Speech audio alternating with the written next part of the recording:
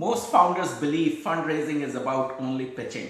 Dhaval Kapadia argues that the real issue is that the founders often don't understand how investors actually think. Dhaval is the founder and chairman of Investor Institute and a board member of TiE Los Angeles, where he focuses on preparing the next generation of angel investor and helping startups build stronger financial governance. Before mentoring founders, he spent over 15 years in private equity and asset management, including roles at Citigroup, Apollo Global Management, helping launch funds and manage hundreds of millions in investments. Welcome to the show, Dhaval. Thank you very much for having me. This is great. I'm looking forward to the conversation. So let's talk about understanding the investor thinking.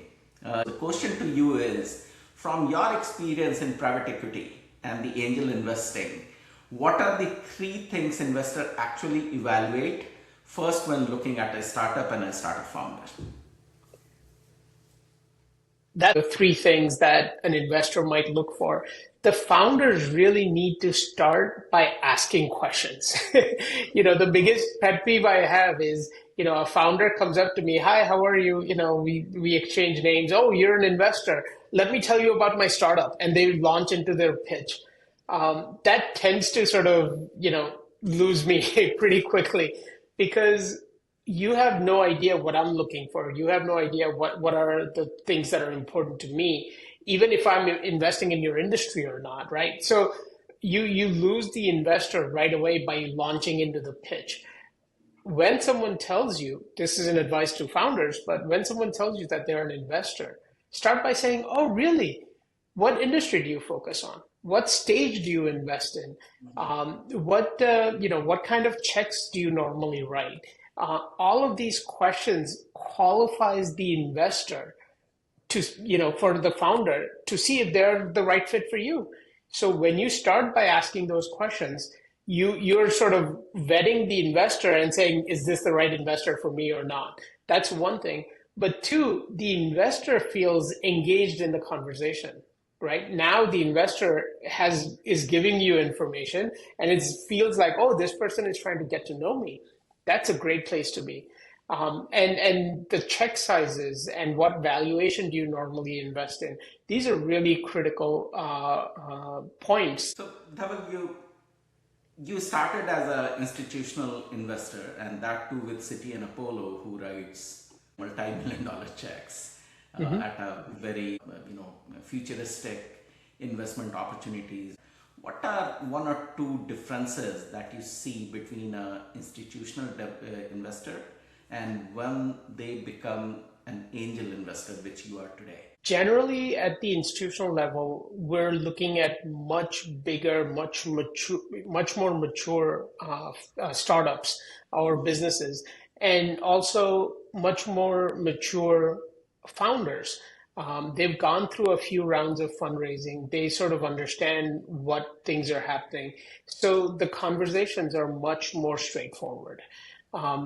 When you go to an angel investor, when you become an angel investor and start investing at this level, the founders are not as mature. The companies are not as mature. So that's the first challenge. The types of things that I just told you, 2 minutes ago.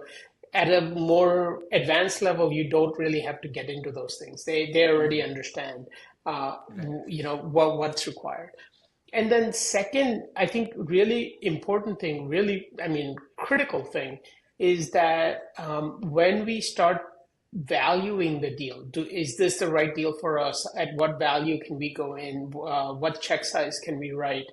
The more mature companies at private equity level or even late stage investing, we are thinking about all of the financial metrics that the company has to meet for us to be able to write that check or take over that business.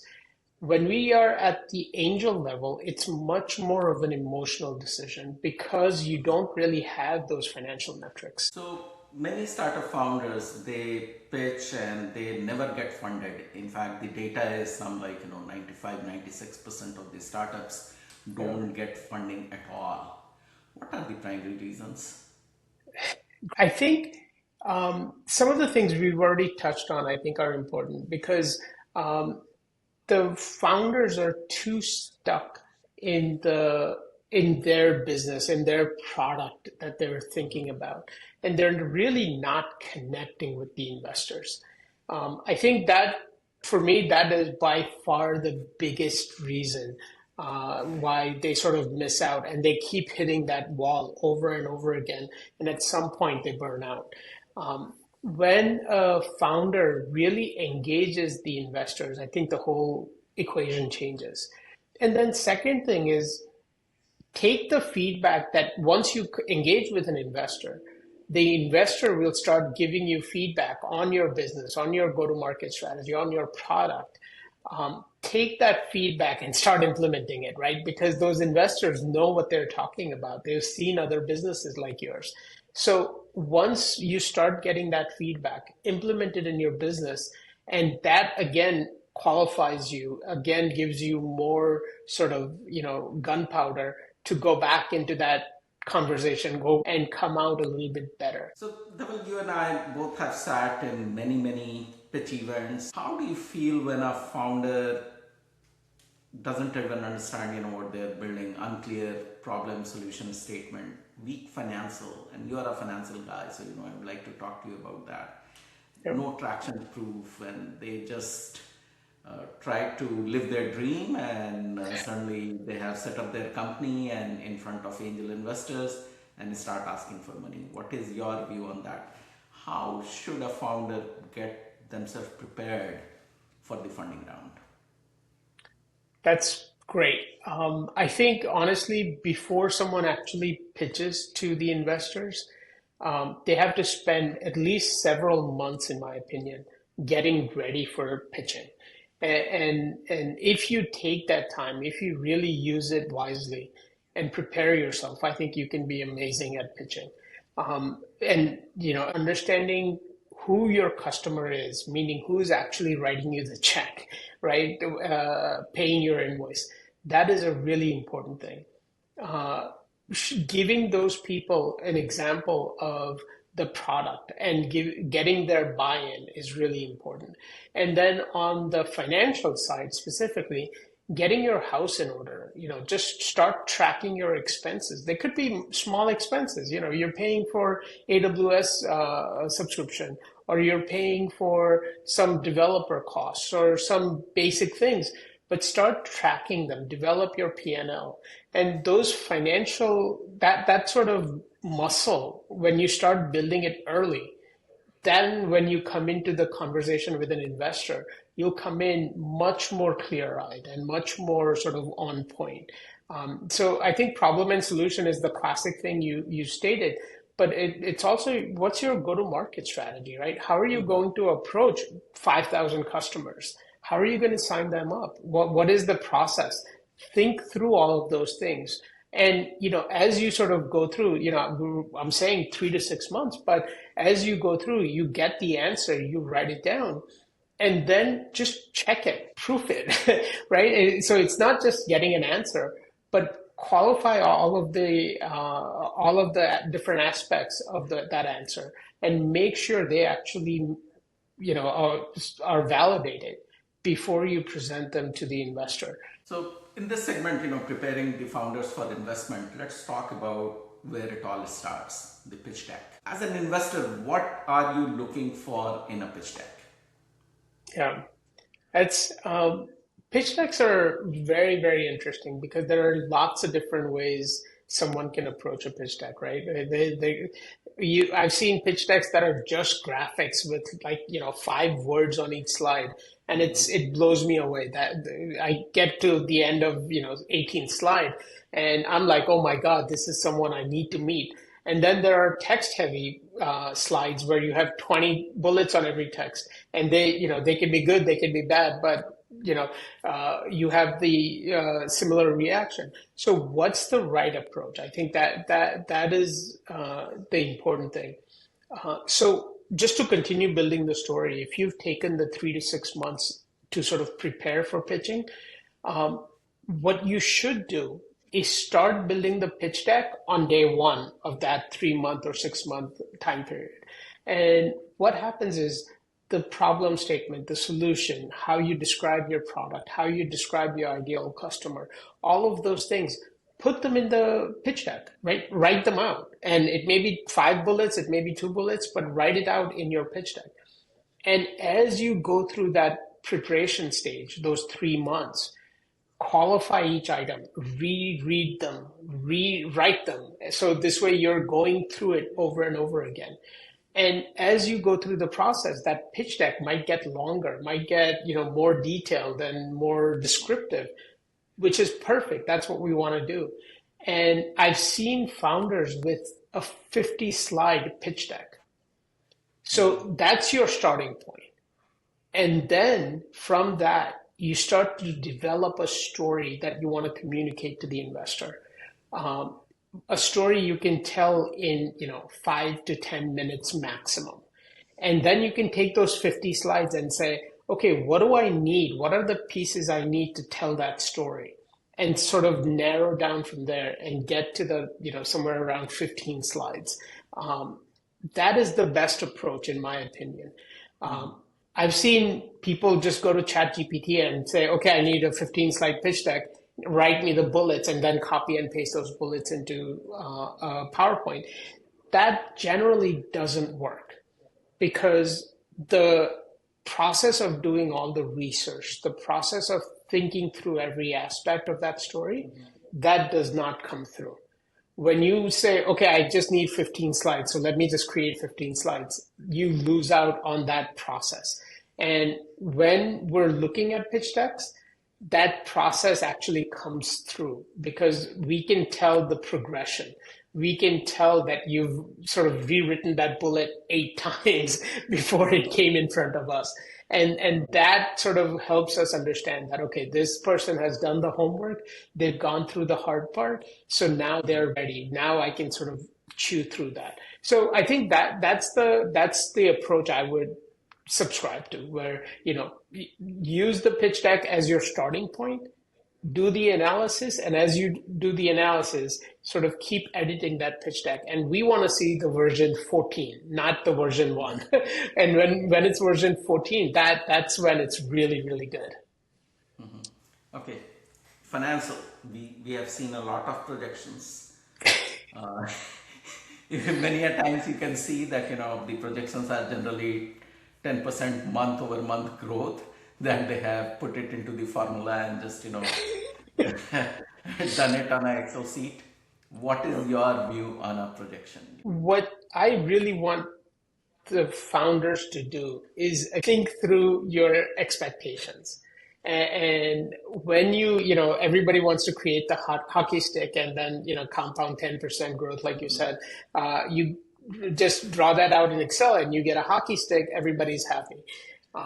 But the problem is you have to think through rest of the financials. So when your revenue goes from $5,000 to $50,000 to $500,000, what does the business look like, right? Like what kind of R&D did you have to do or product development did you have to do to go from 5,000 to 50,000 and then 50,000 to 500,000?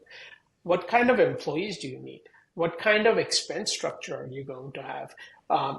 It could be anything from hosting costs to sales and marketing expense to number of customer service reps you'll need. When your revenue is $500,000 a month, you may have 5 people who are dedicated to just servicing all those customers, right?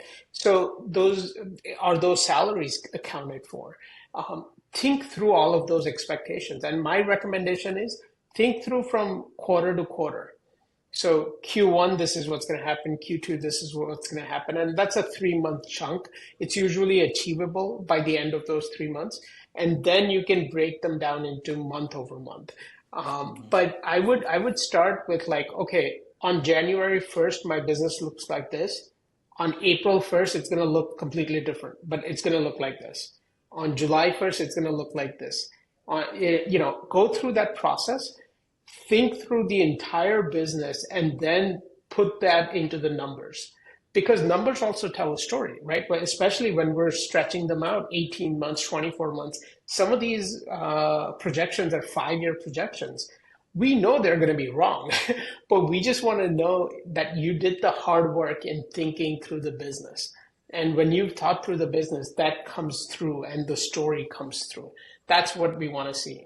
Okay, so let's consider that there is a startup founder who did pitch and got the funding check. Many of the founders in that situation thinks that, now the hard part is over after funding and now we have the money to spend. What are the 3 governance practices the startup must implement immediately after fundraising, which will help them in the future round of fundraisers? Absolutely. So this is a great point. When they hand you the check, the relationship is just getting started. Think of it that way. It's you might have gone through all the the pitching and the foreplay of the relationship, but now it's the hard part. Now it's the relationship building part. And in this, you really have to. The biggest thing by far is communicate. Talk to your investors, right? Talk to them. Develop some sort of a rhythm. It might be once every 2 weeks. It might be every month. But just pick up the phone and call them and say, hey, in the last month, this is what we did in the business. This is what we accomplished.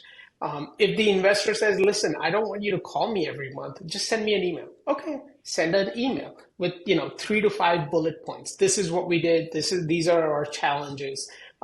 And ask for help when you need help. I really, my accountant is really not cutting it. Do you know an accountant that you can refer me to? And believe me, most investors are dealing with multiple startups. They're working with multiple vendors. So they can easily refer you to another CPA who's, great at doing the job and managing the books. So when you need help in the business, don't hesitate to ask the investors. Your investors are your partners in the business, right? It's their hard-earned money that's in the business. So when you ask for help, it builds that trust and builds the honesty. That is really, really important. And as you build that relationship, we generally expect 18 to 24 months after you've raised capital, you're most likely going to raise additional capital. So if you take those 18 to 24 months to build that relationship, those investors are going to want to be the first people in your next round. And when the existing investors come back in the second round, guess what? All the other investors want to line up and they want to come in as well. So that's the best case scenario. But if you don't communicate, if you don't build that trust, after 18 months, you go back and say, hey, I'm raising my next round. I'm doing really well. Oh, I don't know that. You didn't talk to me for a year and a half. How do I trust you, right? How can I write you a second check? So you lose that credibility with the investor. So if you communicate, if you stay in touch with those investors, good or bad, that builds trust. And that's what you really need. That's your capital as a founder. If you have that trust, you'll get the second check. And by the way, I actually had this conversation yesterday with the founder. So this is a really important thing. It doesn't matter if you're financially minded, not financially minded. You can't remember numbers. You can't memorize numbers. I've heard all of these different excuses. But knowing these 5 things is like knowing a score in a baseball game, right? Where are you winning or losing? Oh, the score is 5-1, so I'm winning. That's a very basic metric. You don't need to be a financial expert or a CPA to know that score. You teach high net worth individual how to become angel investor through your company, Investor Institute.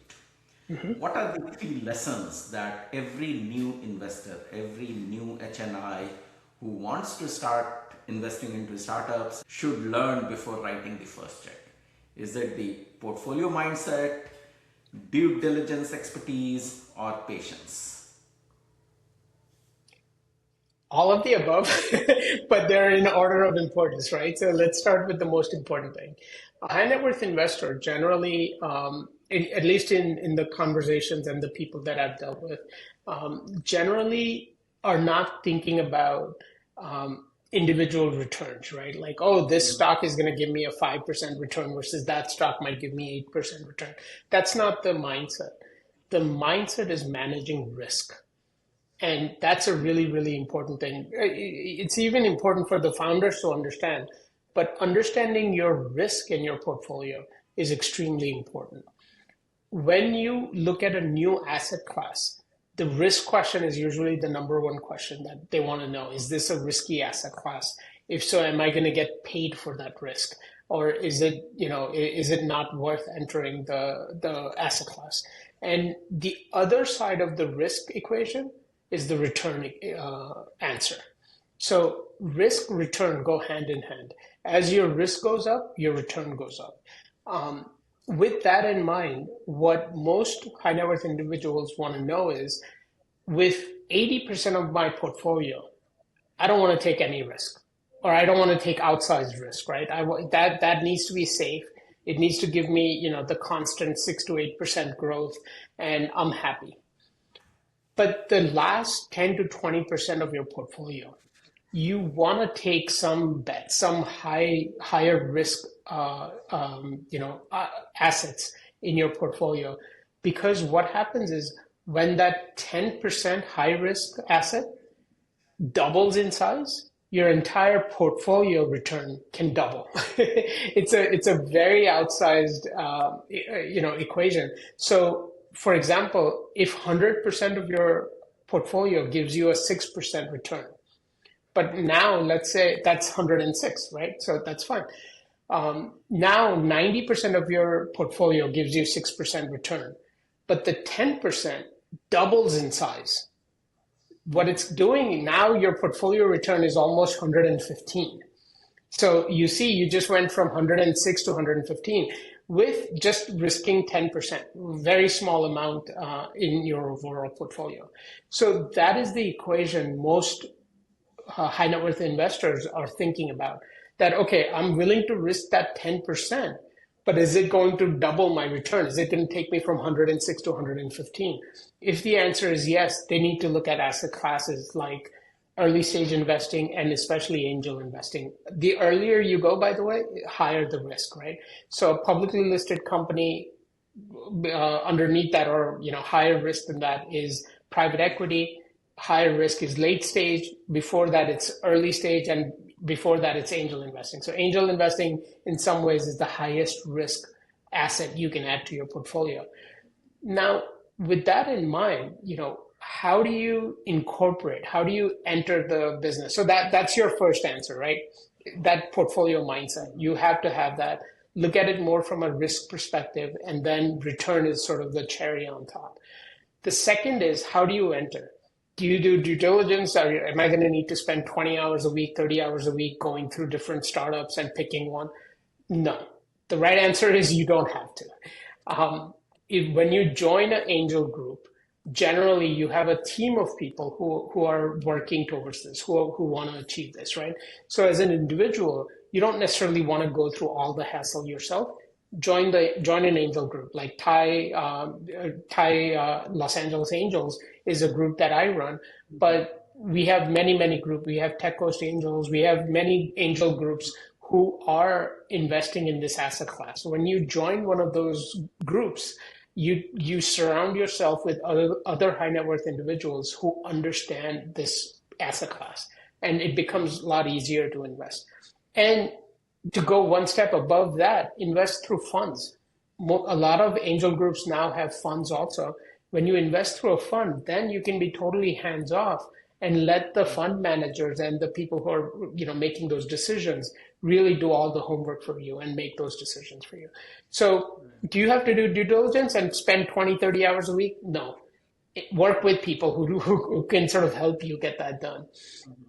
And then once you make that investment, all of the asset management activity should also happen with the group.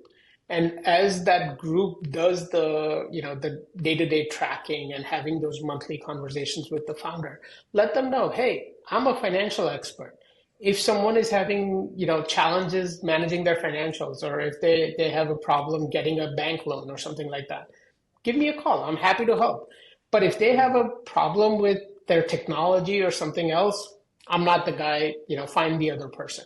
Um, so this way, now you can start to get involved when it's your skill set, when it's something you're good at, and really participate at that level.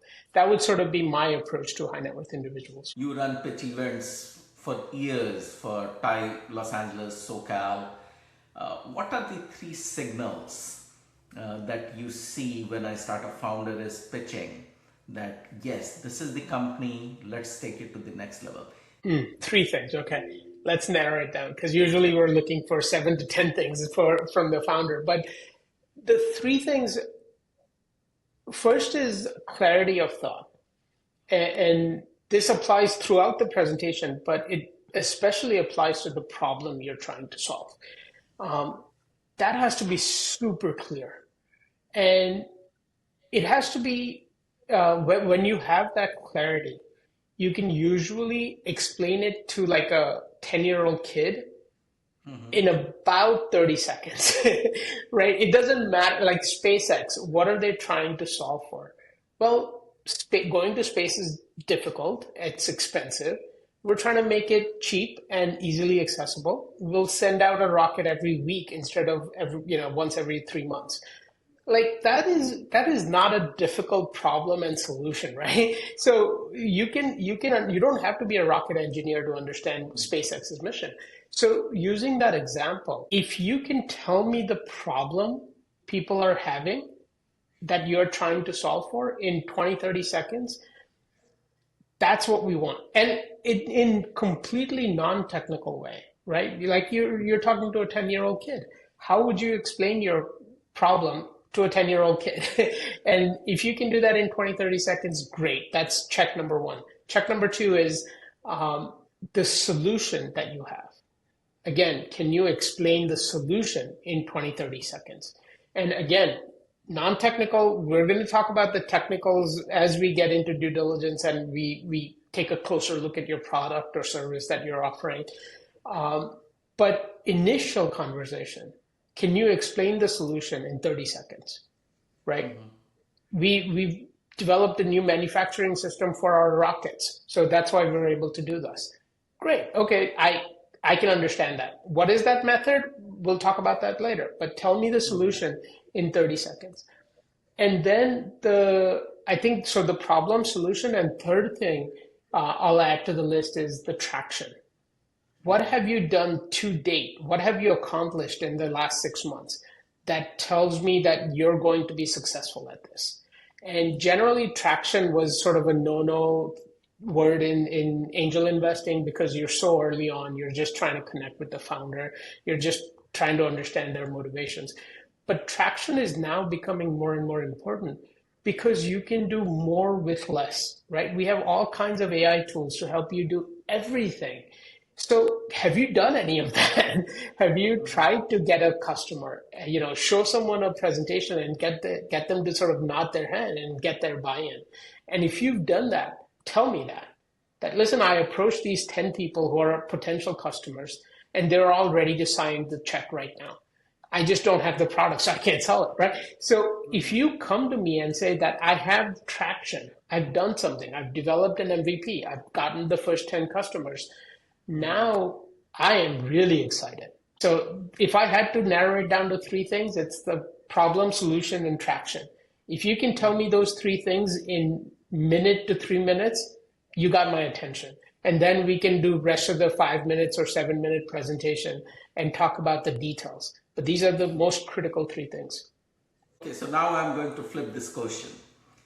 Consider I start a founder pitching to TiE SoCal and TiE Los Angeles Angels for a 3-minute pitch event.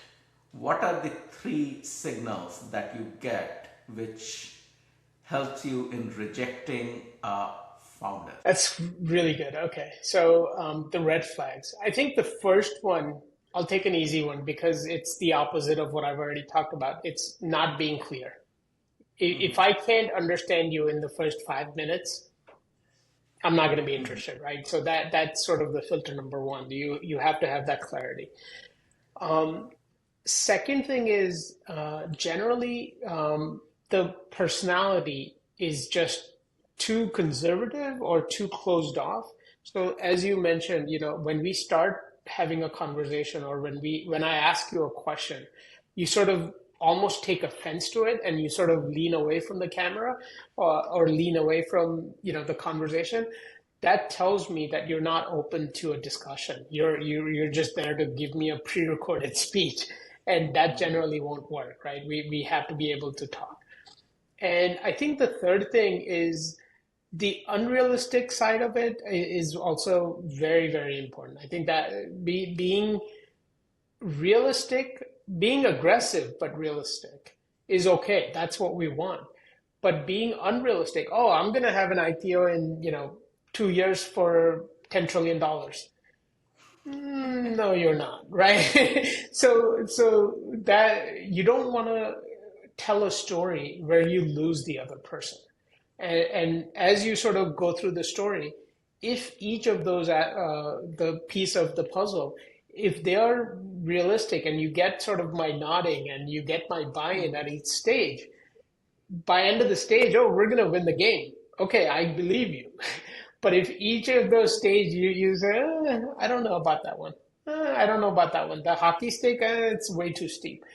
When you start to sort of lose me at the, through the pitch as you go, and you start me seeing sort of leaning back, you've lost me, and that generally won't work.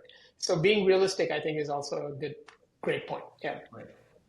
Let me ask you another important question, which generally we see on each slide deck. TAM, SAM, SOM. For an angel investor point of view, pre-revenue, pre-MVP companies, when they start talking about TAM, SAM, SOM of $1 billion, what is your take on that? So generally, I've started to really not like that slide because a lot of times what happens is the investors come in or the founders come in and say, this is a $10 trillion industry. If I can just get 1% of it, it means this, that, and the other thing. And generally, it's not. You're not. If it's that big of an industry, they're going to be big players, and they're going to knock you out in a heartbeat. So be realistic in all of those assumptions, right? The size of the market is important for us to know, but you can't use assumptions that are not realistic, right? If I said, hey, I'm starting a new restaurant and my TAM, total addressable market, is 8 billion people because 8 billion people need to eat. Yeah, but it's really not, because if my restaurant is based in New York, my customers are going to come from New York. They're not going to come from Shanghai, or they're not going to come from London. So you have to be realistic in your assumptions. If your assumptions are too out of the box, then you're going to lose me. So that, my opinion on 10 Samsung, if it's done correctly, if they're realistic numbers, I'll pay attention, and when we actually go through due diligence and valuations, we'll take that into account. But if the numbers are not realistic, if I think that they're just inflated to show big market size or big sort of, potential, then I'm just going to completely ignore that, and you may even lose me at that point. So it's be extremely realistic when it comes to those assumptions. That would be my advice. Dhaval, let's talk about the angel investing and the ecosystem. ACA, Angel Capital Association, is big on angel education, and you with your company also, Investor Institute. You train the next generation of angel investors. Why is investor education becoming increasingly important in today's startup ecosystem? Is it to teach them capital discipline, better decision-making process, or it is a collective way to bring the ecosystem together and build it stronger? All of the above. I am taking the easy way out. No, so what I've seen is that the skills you need to become a high net worth individual are very different skills to managing a portfolio of investments. So what I mean by that is you may be a techie, you may have started $1 billion software business, just as an example, and then had an exit. So now you suddenly end up with 200 million in cash. The problem becomes, how do you manage risk across that portfolio? And if you go to a financial advisor, they'll give you one set of advice. If you go to a realtor, they'll just say, oh, buy these 6 properties and you're good, right? So everybody is happy to give you different pieces of advice. But nobody, and then, the techie now who has a huge portfolio, they really don't know what is right, what is wrong. So the education piece in my mind is really helping you understand your entire portfolio, the risk return profile across the portfolio, and helping you sort of make decisions for the longer term. How do I get into the riskier assets? How much should I put in that riskier asset versus, it may be a S&P 500, which is very low risk, or put money in a bond portfolio. How do I invest across those asset classes? That's really the first piece of the puzzle.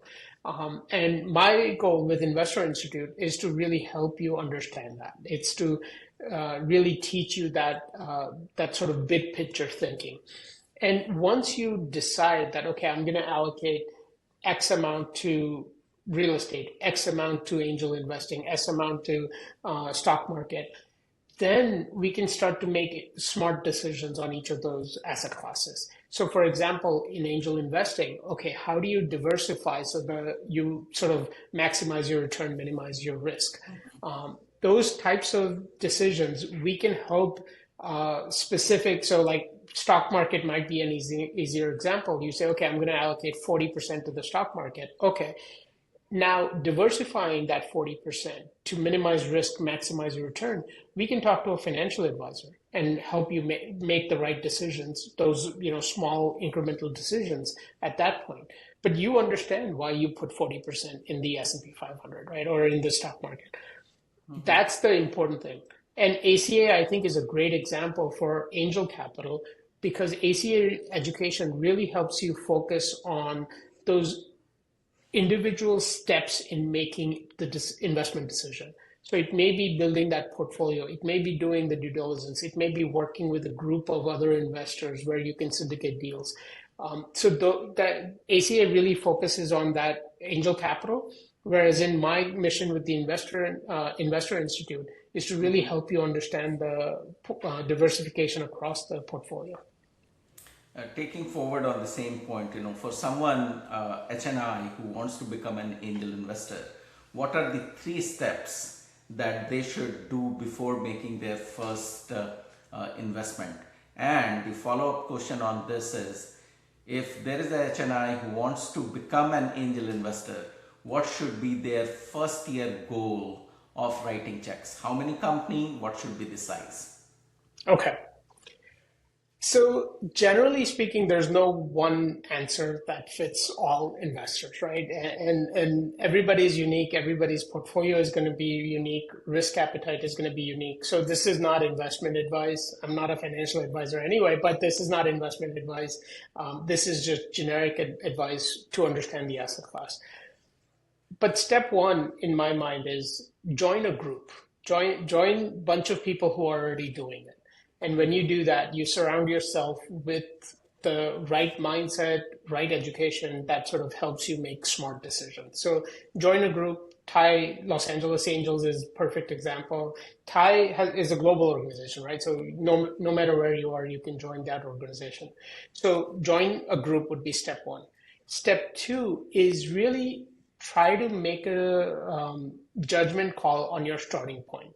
And by that, what I mean is that how much money do you want to allocate to this asset class? Let's say if you say, I'm going to allocate 3% to the asset class, and that's a very conservative number. That's great. That's a great starting point. So now if you have $1 million in investments, 3% is $30,000.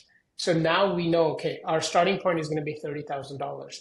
And then we can start to divide that up into number of investments. So, okay, I want to invest that across 5 startups or 10 startups. Then what does that mean? Okay, investing across 10 startups is really only $3,000 per startup. Okay, the only way I can do that is if I join some syndicate or if I invest in some funds. Um, then I can deploy 30,000 in the first year. So now I understand the process. So you went from your requirements to the right process of making investments. So that would be my number 2, where you sort of have to think through this or work with people who can help you think through this. And then the third thing I would tell them is be patient. This is not an asset class where you're going to see returns overnight. This is an asset class where it's going to take you 5 to 10 years to start seeing returns. So, year 1, deploy your capital. Year 2, deploy your capital. Year 3, deploy your capital. And it's going to feel like, oh my God, I'm just throwing money at, one in after the other. But as you continue to deploy that capital, make those investments, year 5, 6, 7, you'll start to see some money that's coming back to you. And that money will start to sort of compound over time. And by the time you get to year 10, now there's a healthy flow of money coming back, and it's going to be way more than what you put in. So that would be my 3 steps. Join a group, develop a strategy, and then be patient. And the follow-up question on that, how much they should start with, and in year 1, how many companies they should invest in? So I'll answer this. So I sort of touched on this in my last answer, but I'll give you a little bit more from the investment perspective. Because this is such a risky asset class, I want everybody to diversify. You can't invest in 1 or 2 startups and say, oh, I'm going to get my 100x out of these 1 or 2 startups. It's not going to happen. So you have to diversify across a lot of different startups, a lot of different companies. Generally, rule of thumb is you're going to lose money on about 60% of your startups. You're going to break even with another 20%. And the top 20% is really what's going to make up all of the money you've lost in that first 60% and then start to give you a healthy return. So if you invest in 10 startups in year 1, more likely than not, year 5 to 7, you'll get at least 2 of those companies starting to return capital, right? So if you invest in 10, you might get 2. If you invest in 20, now you have 4 or 5 that might start returning you capital. So the more diversification you can get, the better return you'll have over time. Now, with that said, the amount of money you're deploying is also very important. Investing $3,000 to $5,000 in that first example may not, even if it doubles in size, it's not really going to change your lifestyle. So the size of check is also very important. But the idea really is invest across minimum of 10 startups per year. That starts to help you build that portfolio. If you invest through funds, maybe you do 20 or 30 startups per year. That's the approach I would take, and try to do that every year, because you're going to have up years, you're going to have down years. Over time, it should sort of smooth out. Okay, great. If you had to give founders 3 brutally honest truths about fundraising, what are those? Well, I think you started with the first one, which is 95% of founders don't get funded, right? Which is a really bad statistic, but founders should understand that, and then try to ask why is that, right? So that would be my first advice. Second thing is, do the prep work when you don't need funding, right? So I said you might need 3 to 6 months to prepare to start pitching. Now, those 3 to 6 months, if you're like running on fumes, you really don't have money for rent or food or something like that, that's not feasible. That's not practical. So make sure you have enough runway, make sure you have enough time to actually go through the process, to fundraise. Because the fundraising is not, oh, I pitched and the next day I got money in the bank. It doesn't work like that. It's a long process. So make sure you're ready for it. And the third thing is, it's also a very time consuming process once you start because the investors are going to want to talk to you. They're going to want to learn about you, your personality, your team, on and on and on. And that is going to take a lot of your time and a lot of time from your team, from your management team. It may be co-founders, it may be technical people, but that time commitment is really important. So if you're trying to launch a product and also fundraising at the same time, things are going to get really tight because you may not have enough time to do both in a day, right? So be mindful of that. So, have runway and be mindful of how much time commitment you can actually give to fundraising. Those are really critical things that I think most founders don't necessarily think through when they start fundraising. Right. Thank you so much, Dhaval, for coming on my show and guiding the founders on how to prepare for fundraising, guiding the investors that how they should participate and learn about fundraising. Truly. Of course, happy to help.